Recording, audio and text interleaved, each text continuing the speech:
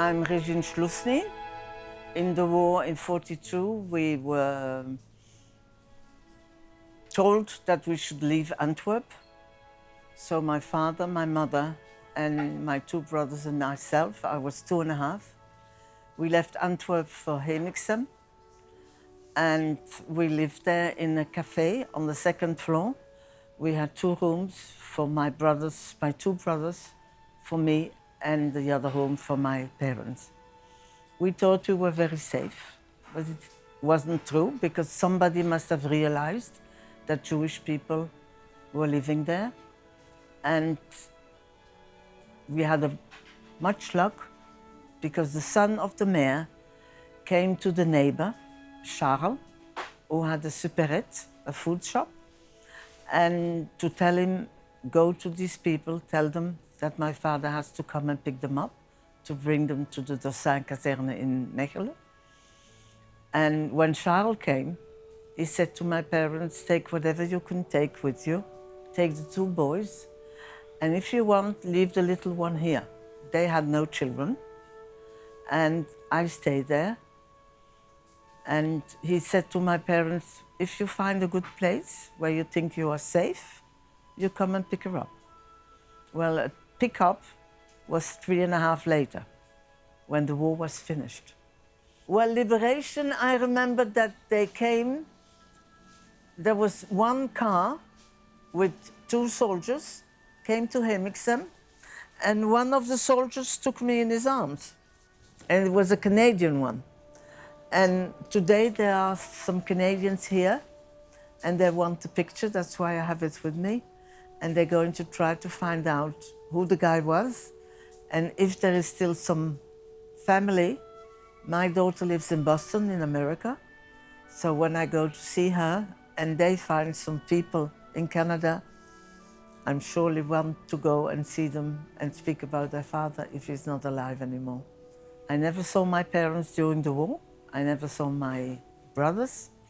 And when my mom came to pick me up, I didn't recognize her. I didn't know who she was. But Charles said, you listened always. Now you can go home with your mom. So I went home, and it's then that my mother told me that I was born in a Jewish family. She asked Charles, how can we ever do something for you? Because I was not only living with Charles and Anna, but he took the chance to go out after 10 o'clock in the evening, when it was forbidden, to look where my parents were hidden, to bring them food. And my parents had to change 15 times from one place to another.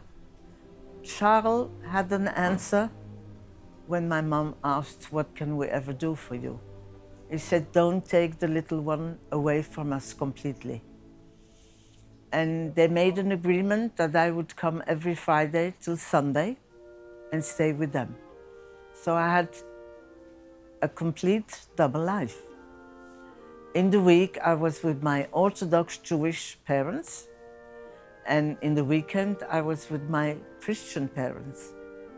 So I was a very rich girl because I learned a lot from the Christian people, from my own people. And it's a proof that everybody who wants to live with somebody else, even if you don't know the people, it's possible.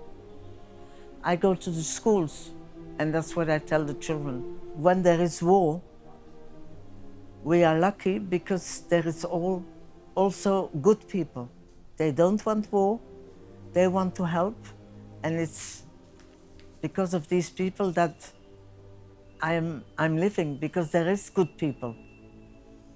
And I think that you can find good people everywhere in the world. So that's the main thing. I go to the schools mainly because Charles and Anna had no children. There is no family to tell their story.